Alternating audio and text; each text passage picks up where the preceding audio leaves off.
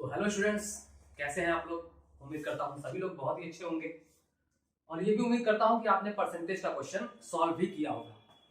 आज हम परसेंटेज के थोड़े टफ क्वेश्चन करेंगे, लेकिन स्टार्ट करेंगे एक बेसिक क्वेश्चन से परसेंटेज के। उसके बाद हम लोग क्या करेंगे, कठिन कठिन क्वेश्चन करेंगे।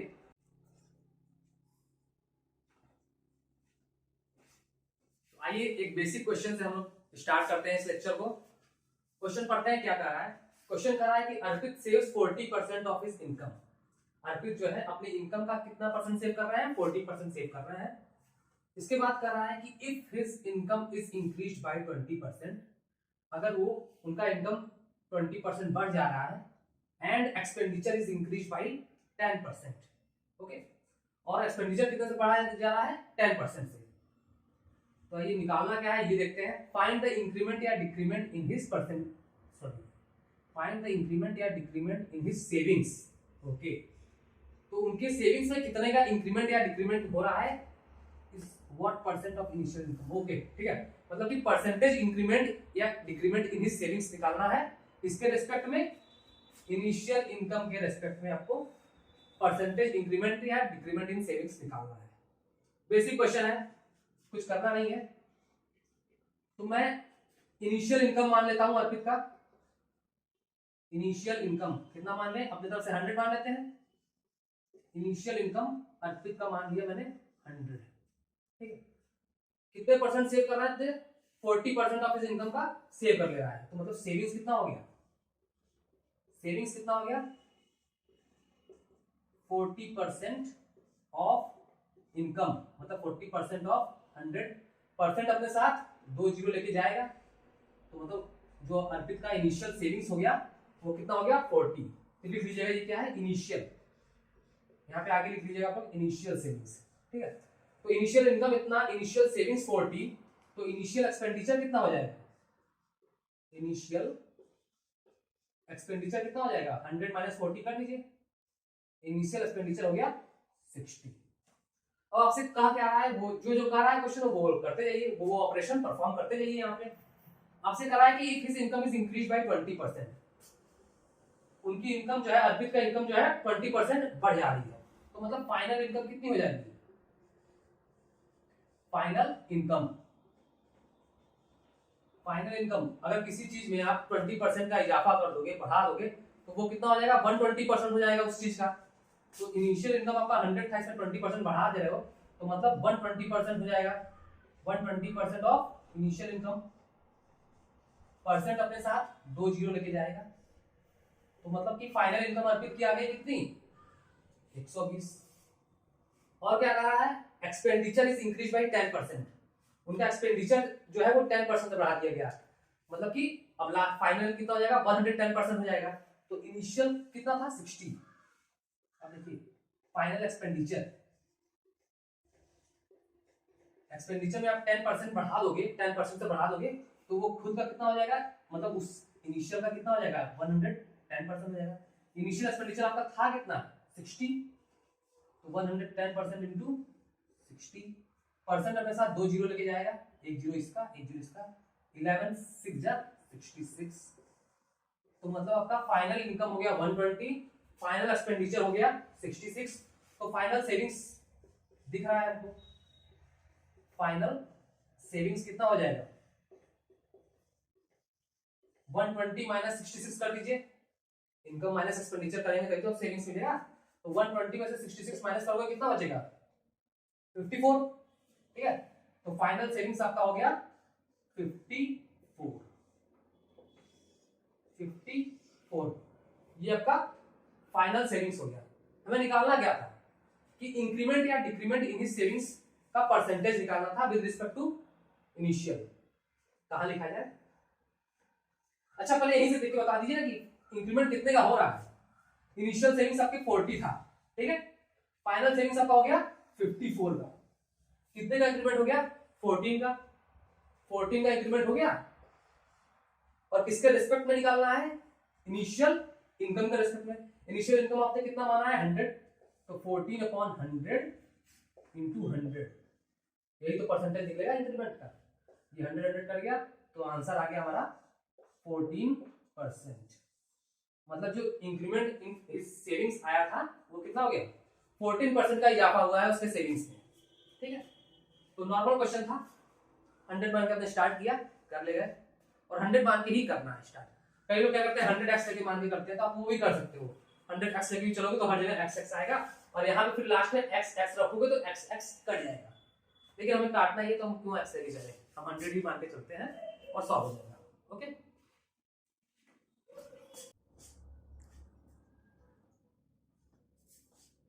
तो आइए हम लोग नेक्स्ट क्वेश्चन देखते हैं क्या कर रहा है क्वेश्चन कर रहा है कि किशन्स इनकम इज 16.66% लेस। ये याद रखिएगा कि लेस बोला है कि मोर बोला है, ये आपको ध्यान रखना है क्वेश्चन में। कह रहा है किशन की जो इनकम है वो 16.66% लेस है, किससे, देन दैट ऑफ विक्रांत, मतलब विक्रांत के इनकम से 16.66% लेस है।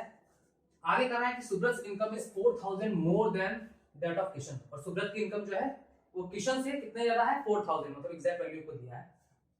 आगे कह रहा है कि if the average of Kishan's and Vikrant, यहाँ पे इनकम होना चाहिए था, ठीक है, कि the average of Kishan's and Vikrant income is 175 मतलब 1750 less than that of Subrata income, find the income of Kishan. ठीक है, बढ़िया क्वेश्चन है, इसका सॉल्यूशन हम लोग देखेंगे क्या करना है। आइए सॉल्यूशन देखते हैं। पहली लाइन से स्टार्ट करते हैं। पहली लाइन क्या बोल रहा है कि किशन की इनकम जो है वो 16.66% लेस है, तो पहले आपको 16.66% की फ्रैक्शनल वैल्यू पता होनी चाहिए। ठीक है, क्योंकि इसमें अगर 100 मान के करोगे तो 16.66% करने चलोगे तो फिर तो फ्रैक्शन में जाओगे, तो क्या करो पहले 16.66% की फ्रैक्शनल वैल्यू कितनी होती है पता है, 16.66% की फ्रैक्शनल वैल्यू होती है 1/6। अब ये नहीं बोला है कि 16.66% है विक्रांत की, 16.66 मतलब 16.66% लेस है, तो मतलब कि जिससे कंपेयर कर रहा है उसकी वैल्यू डिनोमिनेटर में होती है। मतलब कि अगर विक्रांत की सैलरी 6 यूनिट है, अगर विक्रांत की सैलरी 6 यूनिट है तो किशन की सैलरी इतना कम होगी, न्यूमरेटर में जो वैल्यू आपको दिख रहा है उतनी वैल्यू विक्रांत से कम होगी किशन की, क्योंकि आपको लेस बोला था। तो अगर विक्रांत की वैल्यू 6 है, मतलब विक्रांत की इनकम आप 6 मानते हो, तो किशन की जो इनकम मानोगे वो क्या मानोगे, 5। ठीक है, मतलब जो न्यूमरेटर में है वो उन दोनों के इनकम का मार्जिन दिया हुआ है, ना कि डायरेक्ट इनकम है। क्योंकि आपको क्या है, जब भी लेस और मोर दिया जाता है ना, तो मतलब जो न्यूमरेटर पे चीज है वो दोनों के डिफरेंस का मार्जिन है, ना कि पहले वाले की वैल्यू। ठीक है, तो मतलब कि आपको ये समझाता हूं मैं फिर से एक बात। देखिए 16.66% लेस का मतलब इसकी फ्रैक्शन वैल्यू पहले लिख लीजिए 1/6। ठीक है, तो मतलब जिससे कंपेयर किया जा रहा है उसकी वैल्यू डिनोमिनेटर पे और लेस दिया हुआ है, इसका मतलब ये जो है वो मार्जिन दिया हुआ है न्यूमरेटर पे। ठीक है, तो अगर विक्रांत की सैलरी आप 6 मानते हो, 6 यूनिट, तो किशन की सैलरी 6 से इतनी यूनिट कम होगी, मतलब 6 से 1 यूनिट कम होगी, मतलब किशन की यूनिट जो हो जाएगी वो 5 यूनिट हो जाएगी इनकम। ठीक है, तो मतलब जब लेस होता है तो हम यहाँ पे क्या करते हैं, माइनस करते हैं। तो जब हम यहाँ पे किशन और उसका रेशियो मतलब कि किशन की सैलरी जो है वो 16.66% मोर है विक्रांत से, तो हम 6 में 1 जोड़ देते तो 7 हो जाती किशन की इनकम। लेकिन यहाँ पे लेस बोला था इसलिए हम 6 में से 1 माइनस कर देंगे। तो कहने का मतलब कि किशन की जो इनकम हो गई, किशन इनकम 6 में से 1 माइनस कर दो, कितना, क्योंकि 6 में से 1 कम है तो 5x मान लेते हैं, 5x। और विक्रांत की जिससे कंपेयर होता है वो डिनोमिनेटर में हमेशा रहता है, तो विक्रांत की इनकम हो गई, विक्रांत इनकम हमने मान लिया 6x। ठीक है, विक्रांत इनकम हो गई 6x। तो अब क्वेश्चन में कहा क्या है, आगे देखिए कि Subrata income is 4000 more than that of Kishan. तो सुब्रत की इनकम जो है 4000 ज्यादा है, किशन की इनकम आपने निकाल लिया 5x, तो सुब्रत की हो जाएगी, सुब्रत का यहां लिख दे रहा है इनकम, सुब्रत की इनकम हो गई 5x प्लस 4000, ये सुब्रत की इनकम हो गई। ठीक है, 5x प्लस 4000। अब हमें क्वेश्चन में क्या आ रहा है कि if the average of Kishan and Vikrant income is 1750 less than that of Subrat. ठीक है, मतलब कि हम किशन और जो विक्रांत के इनकम का एवरेज निकालें, तो बताइए इन दोनों का एवरेज कितना होगा। इसका 5x है, इसका 6x है, दोनों का सम करके 2 से डिवाइड कर दीजिए, तो ये हो गया 11x by 2। 11x by 2 Kishan और विक्रांत का इनकम का एवरेज कितना हो गया 5x प्लस 6x बाई 2, तो 5x प्लस 6x हो गया 11x, 11x बाई 2। तो ये क्या है 1750 कम है सुब्रत इनकम, मतलब कि सुब्रत का इनकम ज्यादा है। ठीक है, तो हमें सुब्रत के इनकम से माइनस करना पड़ेगा ना, क्योंकि इन दोनों का एवरेज जो है वो सुब्रत के इनकम से इतना कम है, तो सुब्रत का इनकम ज्यादा होगा, तो मतलब कि 5x प्लस 4000 ये सुब्रत का इनकम हो गया। इसमें से हम माइनस 11x बाई 2 ये क्या हो गया किशन का और विक्रांत का इनकम का एवरेज हो गया। ये करेंगे तो हमें कितना मिलेगा 1750। तो इसको आप सॉल्व कर लोगे, इस इक्वेशन को, इस लीनियर इक्वेशन, एक ही वेरिएबल दिख रहा है, लीनियर इक्वेशन होगा, इस लीनियर इक्वेशन को आप सॉल्व कर लोगे तो आपको x की वैल्यू मिल जाएगी। तो सॉल्व कर लीजिए, ये कितना आ रहा है, ये आपका आएगा कितना, इसको हम सॉल्व कर लेते हैं। ये कितना हो जाएगा 2 5 10x, 10x देखिए 10x प्लस ये हो गया, तो मुझे रफ करना पड़ेगा, मुझे रफ करना पड़ेगा, मेरे पास जगह जो है वो थोड़ा कम पड़ जाएगा।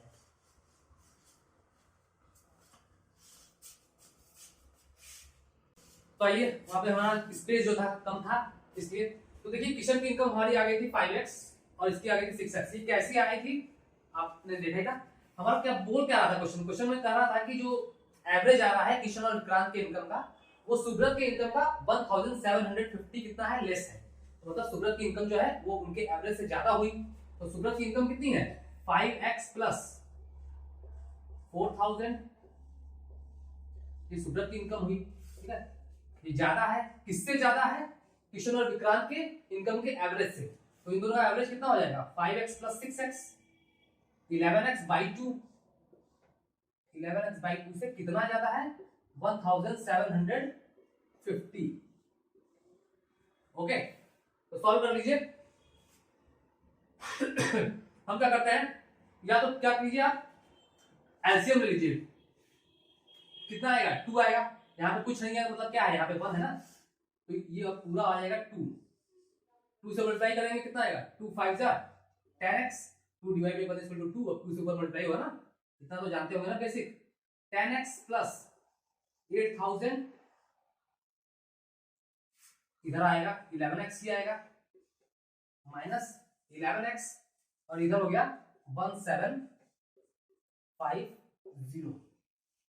ठीक है, कितना आ गया, तो 2 इधर भेज दीजिए, कितना हो जा रहा है, ये पहले न्यूमरेटर में कितना आया है 8000, न्यूमरेटर में आ रहा है 8000, 10x में से आप 11x माइनस करोगे तो कितना आएगा माइनस x, 8000 माइनस x, ये आपका न्यूमरेटर में बचा। अभी 2 इंटू 1750, 1750 में 2 का मल्टीप्लाई कितना हो जाएगा 1700 इंटू 2 3400 और 50 50 मिलके 100 और जोड़ दीजिए 3500 हो गया, 3500 हो गया। अब क्या कीजिए 3500 को इधर ले आ दीजिए, x उधर चला जाएगा, तो ये हो जाएगा 8000 minus 3500 is equal to x। x की वैल्यू आपकी यहां से निकल गई, कितनी आ रही है x की वैल्यू, x की वैल्यू आ गई 8000 में से 3500 माइनस कर दो कितना आएगा ये 4500, x की वैल्यू हो गई 4500। ठीक है, ये आपकी x की वैल्यू आ गई। हमें क्वेश्चन में पूछा क्या था, किशन से इनकम पूछा था, किशन की इनकम आपकी x की वैल्यू निकल गई है, किसी का भी इनकम पूछ दे आपसे, किसी का भी इनकम पूछ दे आप निकाल लोगे, x की वैल्यू पुट कर दीजिए सबका इनकम निकल जाएगा। किशन के पूछे, किशन और विक्रांत का डिफरेंस पूछे, तीनों का एवरेज पूछे, किसी का भी पूछे, कुछ भी पूछे, x की वैल्यू आ गई है तो सब कुछ निकल जाएगा। ओके, तो बढ़िया क्वेश्चन था ये। अब आइए और क्वेश्चन करेंगे हम लोग कुछ देर बाद।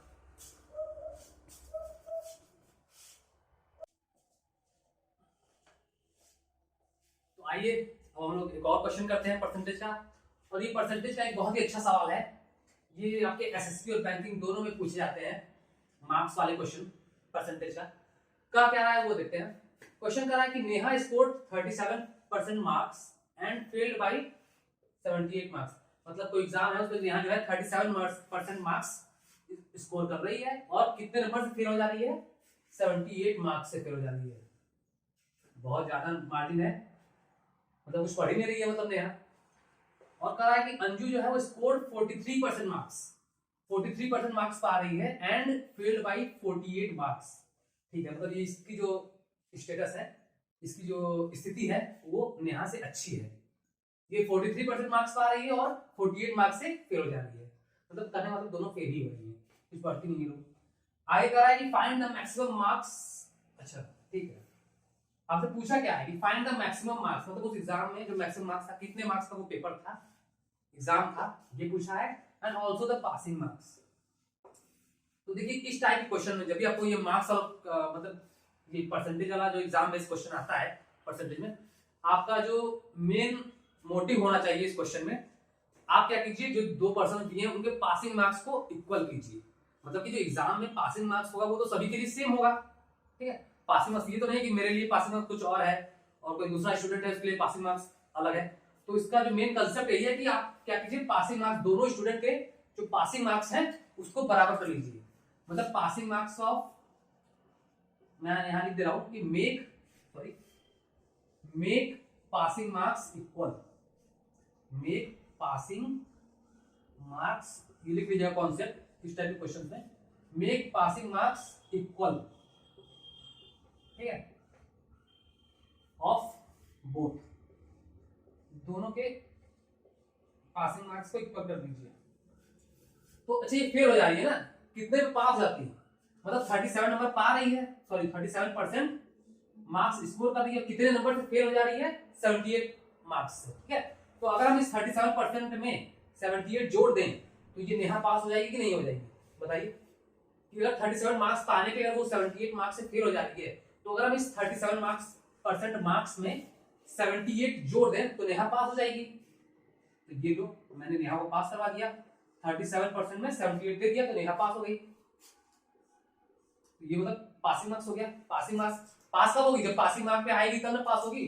तो 37% में मैंने 78 जोड़ दिया, ये नेहा का पासिंग मार्क हो गया। और वही पासिंग मार्क क्या होगा, उसी एग्जाम में अंजू भी वही एग्जाम दे रही है तो पासिंग मार्क्स उसका भी वही होगा।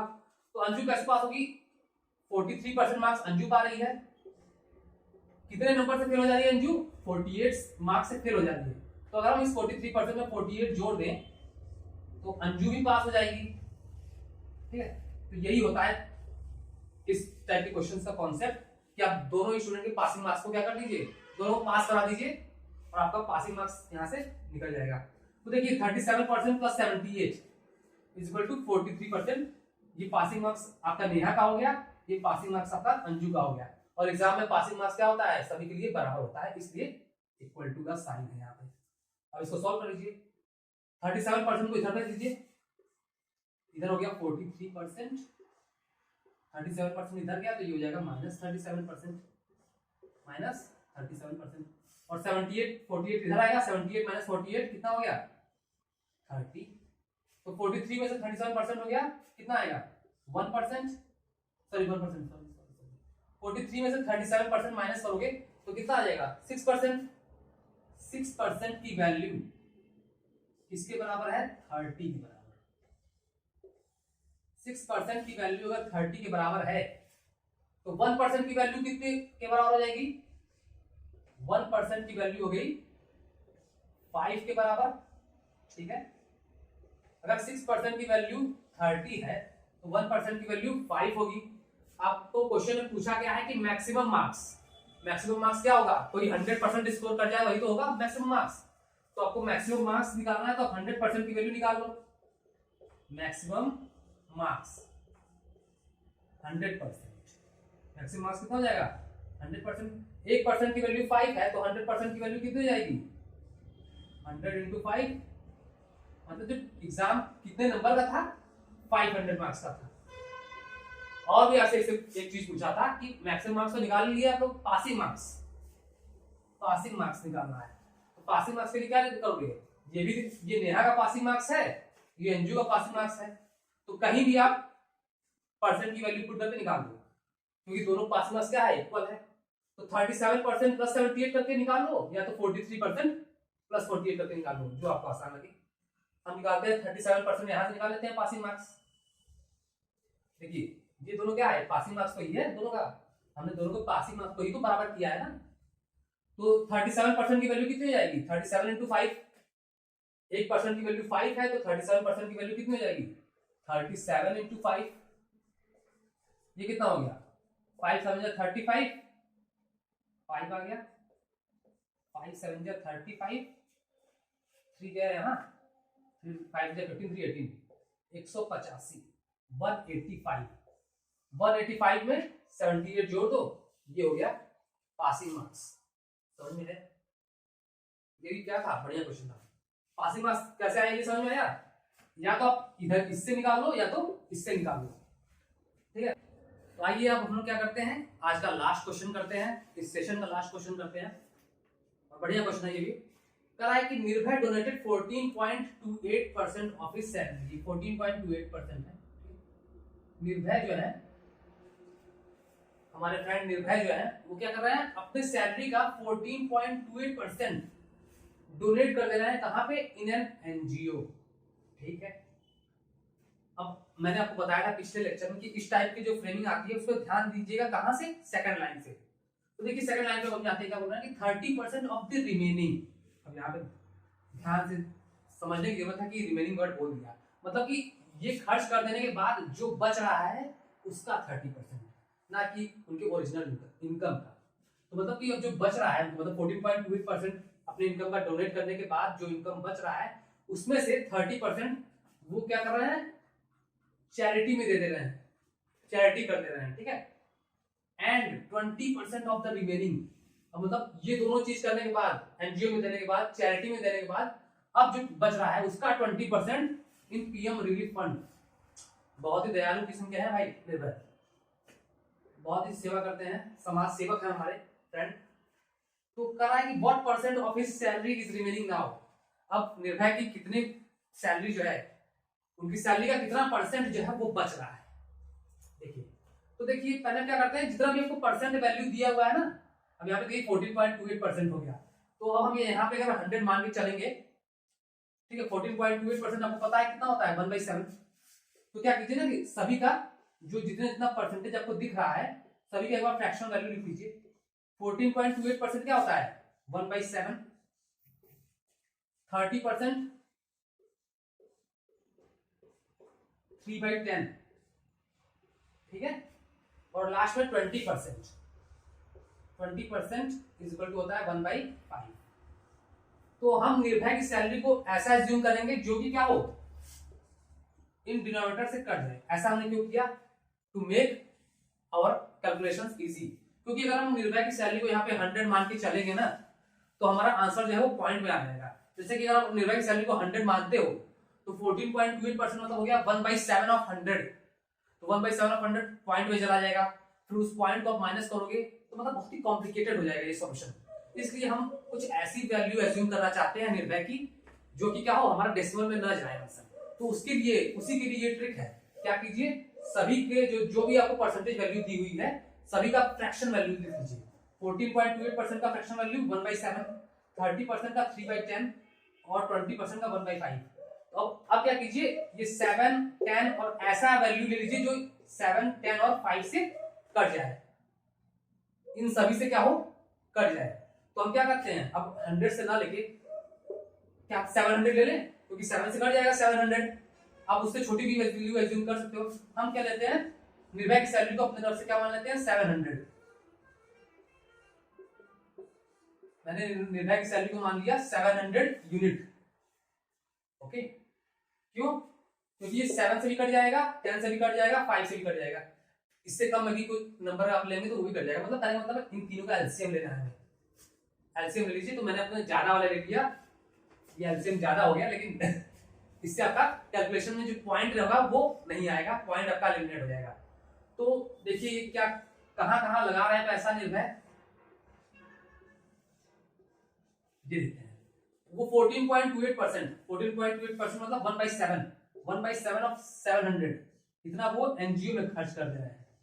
1/7 ऑफ 700 करोगे तो कितना आ गया 100, 100 मतलब 100 जो है वो एनजीओ में खर्च कर दे रहे हैं। अब उनके पास बचा कितना, 700 में से 100 माइनस कर दोगे 600, अब 30% ऑफ द रिमेनिंग कितना बचा 600, उसका 30% वो कहां खर्च कर रहे हैं, चैरिटी में। चैरिटी में कितना खर्च कर रहे हैं, 700 में से 100 गया 600, इस रिमेनिंग का 30% ये क्या कर रहे हैं, चैरिटी में खर्च कर रहे हैं निर्भय, ठीक है। और लास्ट में वो रिलीफ फंड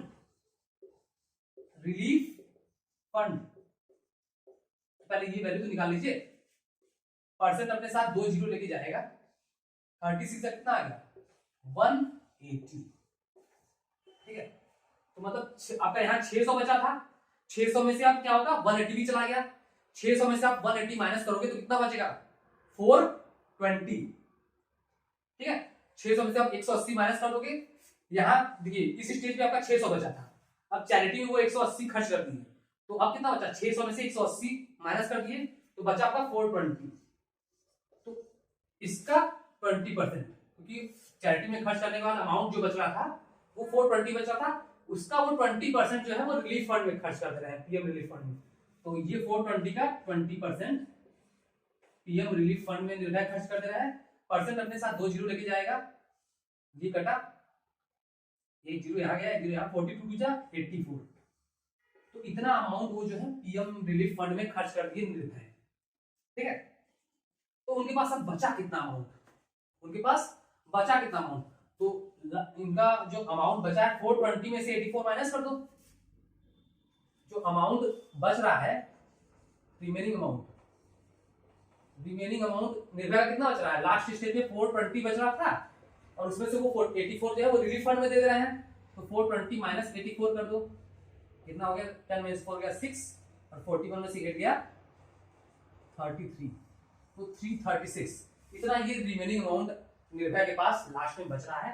तो हमें रिमेनिंग अमाउंट नहीं पूछा, हमसे पूछा है व्हाट परसेंट, ये जो उनकी रिमेनिंग अमाउंट है ना वो कितना परसेंट है उनकी सैलरी का, तो रिमेनिंग अमाउंट निर्भय का बच रहा है 336, उनकी सैलरी हमने अपनी तरफ से अज्यूम की 700 इंटू 100 कर दिया, ठीक है। ये आप काट लीजिए, 2 जीरो से 2 जीरो गया, 7 4 जा 28, 5 यहाँ 6 यहाँ, 7 8 जा 56, तो मतलब वो अपने सैलरी का लास्ट में इतना दान पुण्य करने के बाद वो 48% अपनी सैलरी का बचा ले जा रहे हैं, बहुत ही महान है निर्भय, ठीक है। तो ये बढ़िया क्वेश्चन था, मतलब आपको ध्यान क्या देना था, हमने इसमें यही कॉन्सेप्ट है कि जब आपका डेसिमल में कुछ फ्रैक्शन, जैसे ये परसेंटेज आपका डेसिमल में हो गया, तो आप डायरेक्ट 100 मान के मत चलिएगा, सबकी फ्रैक्शन वैल्यू ले लीजिए, जो आपको डिनोमिनेटर में दिख रहा है उसका एलसीएम लेके कुछ वैल्यू एज्यूम कर लीजिए, उसके बाद नॉर्मली जैसे सॉल्व करते हो वैसे कर लीजिएगा, आपका सॉल्व हो जाएगा। तो ये रहा आपका आज का सेशन, उम्मीद करता हूं मैंने अच्छे अच्छे क्वेश्चंस इसमें करवाए हैं। अब इस टाइप के क्वेश्चंस आप बुक खोलिए, प्रैक्टिस कीजिए, ठीक है। तो यहीं पे रैप करते हैं टुडे सेशन। तो क्या कीजिएगा, आप बुक खोलिएगा, क्वेश्चंस लगाइएगा और चैनल को लाइक और सब्सक्राइब जरूर कीजिएगा, और जो पढ़ने वाले हैं उनको शेयर कीजिएगा। बाय।